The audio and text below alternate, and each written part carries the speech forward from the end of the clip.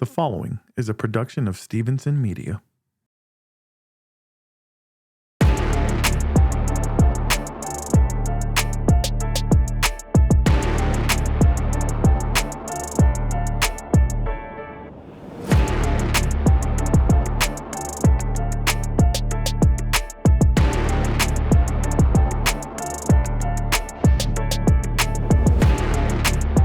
H-Town, what it do? I am Nick Stevenson, the president of Houston Sports. He is Ruben Calvillo, Mr. 713. Welcome to episode 20 of the Twin Toros Podcast. Once again, I want to thank everyone for supporting the show. If you're watching us on ESPN Houston, thank you so much for continuing to rock with us. Please don't forget to follow Ruben's channel at 713 Houston Sports so you can see all of our episodes, even when we do our game preview shows. And if you are rocking on 713, don't forget to please subscribe to ESPN Houston so you can see our after game recap videos. But thank you to everybody who's rocking with us, man. We're having a really good time. Ruben, I know we were excited for this game, Houston versus Dallas. Last week, you let it off your chest, how you felt about the city of Dallas and everything Dallas. How are you feeling today, man, after we get the dub? It's 34-10. You said you wanted a dominant win. How are you feeling after the game? You know, I'm feeling good, man, right? We needed to see what we needed to see. However, there still are some concerns, but I'm going to give the Houston Texans their props because we've been on their butts pretty much the entire season. Word. And we talk about not scoring a touchdown in the second half in 4 games. They did that last night. We talked about them scoring 8 points in quarters 3 and 4 all year. They scored 10. We talked about CJ Stroud running for his life. Now, he only got sacked 1 time today. So there were some improvements from this offense. However, we still need to see some more consistency. You know, we talked about a convincing win in the Houston Texans. They really do get their first, convincing win of the season. And you get it against the Dallas Cowboys, a team you hate, 34-10. That's a blowout, Nick. And if it isn't for, Jeff Okudah having some rust on him, who knows what would have happened if someone else was on that play. But overall, a dominant win for the Houston Texans, man. You could say they won in all 3 phases of the football game. Yeah, I agree with you. When I was taking my notes, obviously you're happy with any win, but the biggest observation I made is the Texans did overall what they were supposed to do. We talked about it on the last show. The defense stepped up despite some injuries. CJ was okay. I thought he did a really good job actually of spreading the ball around to a bunch of different people. Dude, those interceptions, man, and they're so ugly. And he's had 3 ugly interceptions the past 2 games. And when you hear people talk about sophomore slump, man, now it's you can't really disagree with them when he's making dumb decisions like that, right? Especially in the red zone. However, to your credit, like you just said, in the second half, man, CJ was money. Yeah. So I guess this is the growing pains that you got to go through with a young quarterback. But thank God your defense is elite Super Bowl caliber. Yeah, I'll tell you what, I'll take CJ's sophomore slump over a lot of other quarterbacks' sophomore slump. Absolutely. Like I said, he hasn't been great. I thought he was good. He made one really bad pass that got picked off, and I don't know, it happened to be Nico Collins as the target. I don't know if there's some rust there, maybe some miscommunication. I don't know. It looks like he just threw a bad ball. But overall, I can live with that, especially against the opponent that you're facing in the Cowboys. It's against another opponent that probably comes back to bite you. But yeah, I just, we talked about some of the challenges that the Cowboys could present if they were going to. Micah Parsons had 0 tackles today. I thought they did a pretty good job on him. CeeDee Lamb, 8 receptions, 93 yards, 0 touchdowns. Considering that you didn't have Kamari Lassiter and, Stingley wasn't following him around every time. There's a couple times CeeDee was matched up on Petrie, and I told you last week that scared the crap out of me, the thought of that. But Petrie held his own. I mean, you have to consider who is throwing the football, right? But all in all, I look, turns out Bobby Slowick was right. Football is football. They played football. They finally get a 4th quarter touchdown. Joe Mixon, we talked about him last week, that he was going to be a big part of this game. I mean, you got to give him the MVP of the game if you ask me. No, absolutely. 3 touchdowns, the hat trick, his 10th touchdown on the year for the Houston Texans. Joe Mixon's the top 5 running back in the NFL, Nick, and he truly has been game changing on and off the field. His veteran presence, is what I like the most about Joe. Yeah. If I feel like if I was out there, I wouldn't want Joe to be pissed off at me. Great Yeah. job by Nick Casario bringing him in. Joe Mixon has been fantastic. Derek Stingley, in his matchups against CD Lamb, this was brought up by DJ Bieniemy. He was matched up against CD Lamb 14 times, Mhm. and CD Lamb only caught 2 passes for 19 yards. Derek Stingley had an interception. He could have had 2 more. Yeah. The type of game that Derek Stingley had today, he let us know he is a top cornerback in the NFL, and we're going to have to put out some money in this offseason. Oh yeah, yeah. He definitely balled out too. I would call him the MVP of the defense for sure. Um, the defense, no Will Anderson, no Kamari Lassiter. I mean, it's hard to say anything negative when they only gave up 10 points, but I felt like 5 sacks. yeah, I felt like the defense actually, if you can believe it, they actually could have played better.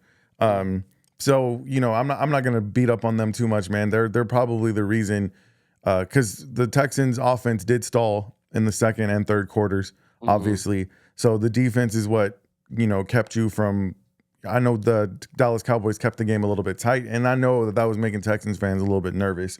When you're at 17-10, we're thinking to ourselves, "Oh, please, not again." Yeah. But I think all in all, the Texans did, like we said, what they were supposed to do against a bad Cowboys team. We're not gonna oversell this win. Yes, it's a big Mhm. deal because this is an interstate rivalry. We're Houston. We hate the Cowboys and everything like that. But at the end of the day, you expected them to win this game. This is a game they should have won, and they should have won big. So I can't criticize them for doing just that. You would have liked to have seen a little bit cleaner in the passing game, obviously. But overall, I'm happy with the win, man. You can't be unhappy with a win, especially when you were expecting it. No, absolutely, especially it being 34-10. And, Nick, you called it. You talked about a defensive touchdown, and we got Mm, that, right? yeah, Danico Autry strip sack, the lineman catches it. Jalen Petrie pops him.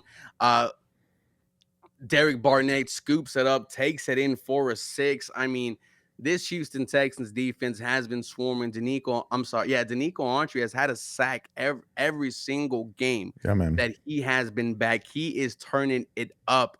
Daniil Hunter, 2 sacks today. I thought he would have had 3, but man, it felt like in the fourth quarter, every time Cooper Rush got the ball, Daniil Hunter was just in the It was in the backfield backfield, about to man. take him to the ground.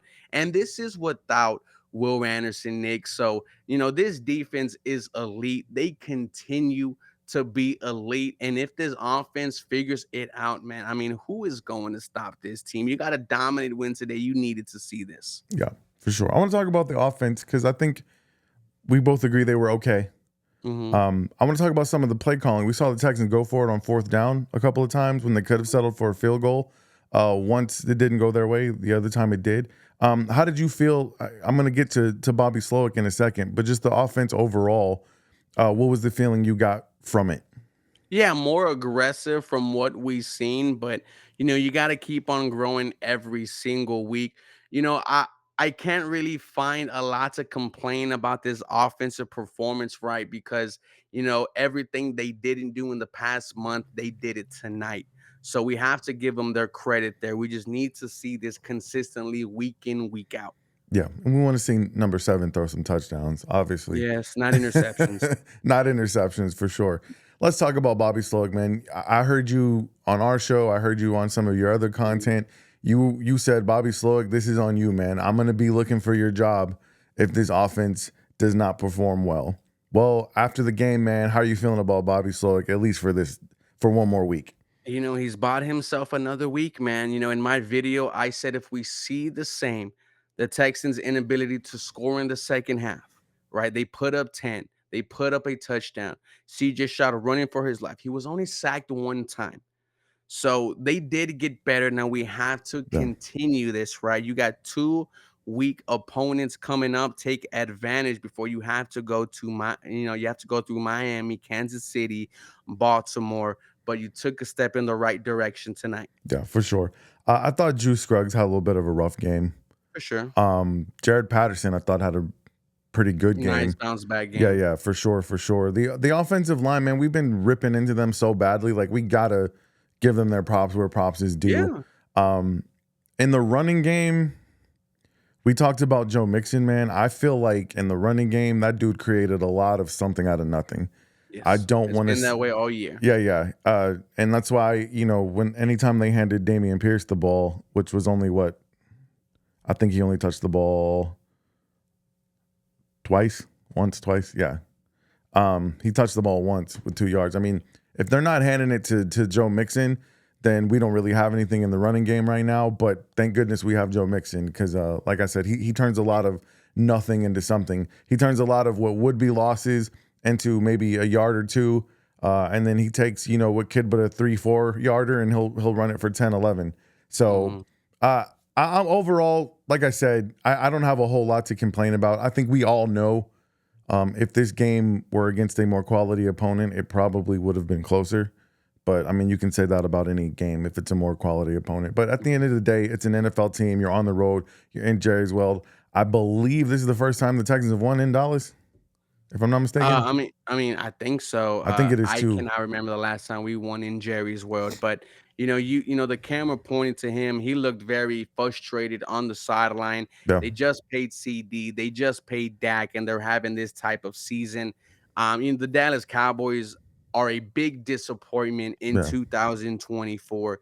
So, this is why we wanted to see the Houston Texans go out there and take advantage of a team that's on the verge of collapse. Yeah, because they've had a couple of chances to do that with other teams and didn't do it. We felt that way about the Jets. Remember, we thought, hey, man, this could be finally putting the foot on their neck and putting the final nail in their coffin. It didn't work out that way. So I really like the fact that they did come out. I don't want to... Do you think this is a statement win? I don't know if it's a statement win.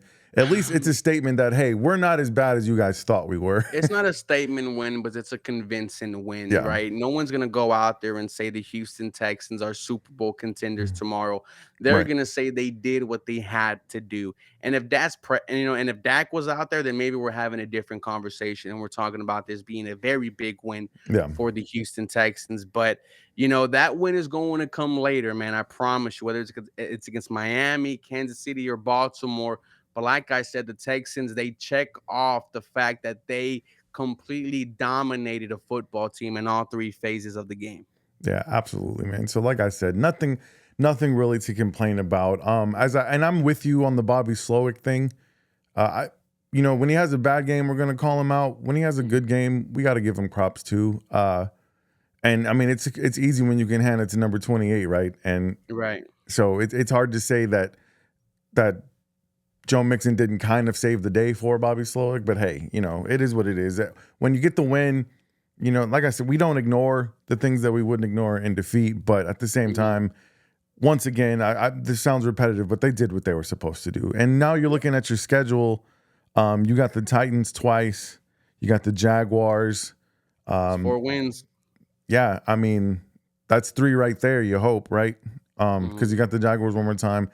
And then who do you got? You just need to win one of the games between. I mean, obviously you would like to win more than one of them.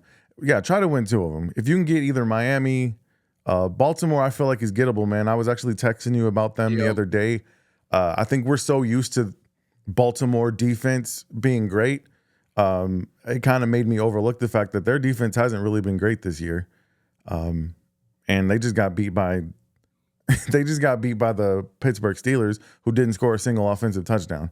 It was all field goals. So, maybe that game's more gettable than we think it is. And then, of course, the Kansas City Chiefs, the Buffalo Bills, I feel like gave them their best effort to win that game. So the Texans are going to have to definitely be playing their best football by the time they get to that point in the schedule, especially because of how many days they're playing in such a short amount of time. But, it's one of those things, man, winning cures everything, right? Like when you win a game, all of a sudden you can kind of, okay, I can see how a scenario where the Texans can come out of this fairly unscathed, man. And I told you last week, I honestly don't really care what the regular season record is as long as they're actually getting into the playoffs. Like I said, if they go in at 9-8, but they win 2-3 playoff games, then nobody cares about, them losing to the Jets, right? So Absolutely. I just hopefully as they continue to build, they'll just be playing their best football at the right time of the season. So it's going to take a little bit of health. It's going to take a little bit of luck, but I think they can do it, man. I'm feeling this game in particular is not what's making me optimistic. It's just when you kind of step away and you look at the big picture, you start to realize, okay, yeah, we live and die with every game, right? Every snap, every loss feels so heavy. Every win kind of gives you another breath of fresh air. So I think the Texans are going to be okay. I'm not going to sit here and tell you they're Super Bowl contenders. They don't look like Super Bowl contenders yet, but there's still a little bit of season left, man. So I'm looking forward to the rest of it. No, absolutely. Like I said, this was a step in the right direction. Build on this offense. We know the defense is ready. They're elite. They can shut down anyone. If this offense comes to play, man, this is a very dangerous Houston Texans team. Yeah. Grow on this. Let's take away the interception. Let's get more rhythm in the play calling. And, man, let's go make some noise. Yeah, man. Can we talk about the fact real quick that J.J. Watt lied to us? Nobody wants to say this. But J.J. Watt lied to us because he said he would come back if the Texans need him. And I venture to say at 6-4, it looked like the Texans need him. And he was on CBS looking real comfortable, talking all kinds, jumping through a table. Yeah, talking all kinds of trash about how the Texans lost against the Lions. It's like, well, where were you at, JJ? You can't play right guard? Something? He's gonna come. Don't worry. You think he's gonna come? Do you really think he's gonna come? I don't think he's gonna come, bro. I think he likes the attention. If you would have beat Detroit, he probably would have heard some rumblings, man, because Really? what he told D'Amico that He said, if you need me, though. Yes, but you got to So think, we man, need don't have you a ring, to beat and Detroit. I feel like we get to the playoffs, maybe he comes back for a final hurrah, regardless of how it ends up. But that's a conversation for another day. You know what's funny though is I think you're right. I think if you had beaten the Lions, if you maybe beaten the Vikings, I think if the Texans were like shoo-ins to be Super Bowl contenders, and the Lions. Then I think he definitely comes back. But he's not going to come here just to go and win a first round playoff game. Moments. Yeah. He's not going to come here just to win a first round playoff game and then get bounced in the second round. He's been there, done that. And if he doesn't believe this team can do better than that, that's why I tongue in cheek say he lied to us, because it's not if you need me, it's if you guys are good enough, I'll come back, in my opinion. But that's just how I feel about it, man. So yeah, I'm happy with the win, man. I don't think we have a whole lot to break down, man. You want to add anything else? No, man. Like I said, step in the right direction. Let's get 1% better every day, like our head coach D'Amico Ryan said in the beginning of the season, and maybe we can find ourselves competing. What we wanted to see from the offense, we saw, so we have to give them, their applause, their moments. We've been criticizing them a lot, so excited for next week. And man, let's get it going. I'm excited for next week too. If everything we've said today, though, is off the table if you find a way to manage to lose to the Jaguars, though. So let's all keep this in perspective. But I am very optimistic. The Jaguars are a dumpster fire, bro. So I think that we can rack that up as another win. But we're going to be talking about that later this week on 713 Houston Sports. So I hope that all of you who are watching on ESPN Houston will subscribe to 713 Houston Sports. Don't forget to hit that notification bell so that you don't miss a thing. My man Ruben Calavio does daily Houston Texans content 7 days a week, 24/7, baby. So it doesn't matter what time it is. You can go and check out that channel. You'll find me on Houston Sports State of the Union podcast. I do a weekly show. I talk all Houston sports, man, and I would love for you guys to join me. So I'm going to leave our links in the description of this video so you can find us on all of our socials. Please like, subscribe, follow wherever you get your podcast fix, wherever you get your Houston Texans football fix. All right, man. I'm feeling good, man. Ruben, I love when we do this show. And feeling nicey. I love when we do this show and we're feeling good, man. I'm looking forward to next week. If you don't have anything else to add, man, I'm going to get us out of here. H-Town, we love you. You know what we want you to do. We want you to stay 10 toes down for the H. Good night.